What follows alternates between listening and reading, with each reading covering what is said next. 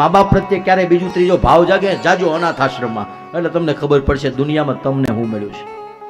અને બીજું કાંઈ હોય કે ન હોય, ગુજરાતી છે, લેણું પૂરું કરવું પડે. માને બીજો શું સ્વાર્થ હતો? સ્વાર્થ બીજું કાંઈ નહીં, પણ ક્યારેય ગઢપણમાં લાકડી બનવાનો વારો આવે ત્યારે હરખથી લાકડી, એનું લેણું છે, વધારાનું કાંઈ નહીં, એનું લેણું છે એ પૂરું કરી દેજો.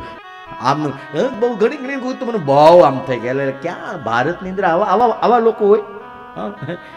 મા બાપને હાચવાના વારા હોય, દવાઓના બિલની હાટું ભાઈ બાંધતા હોય, હા, લડતા હોય, ઝઘડતા હોય. એટલે મા બાપ તો નભગ નામના દીકરાને ભગવાન ભોળાનાથની પાસે ગયો અને નભગે ભોળાનાથને કીધું, ભગવાન મારા ભાઈઓએ ભાગ પાડી લીધો, મને કાંઈ ન આપ્યું, મને મા બાપ આપ્યા. ભોળાનાથે કીધું, તને મા બાપ તો આપ્યા ને, મને દુનિયામાં મા બાપ નથી મળ્યા, તું મારી કરતા ભાગશાળી છો, તને મા બાપ મળ્યા છે.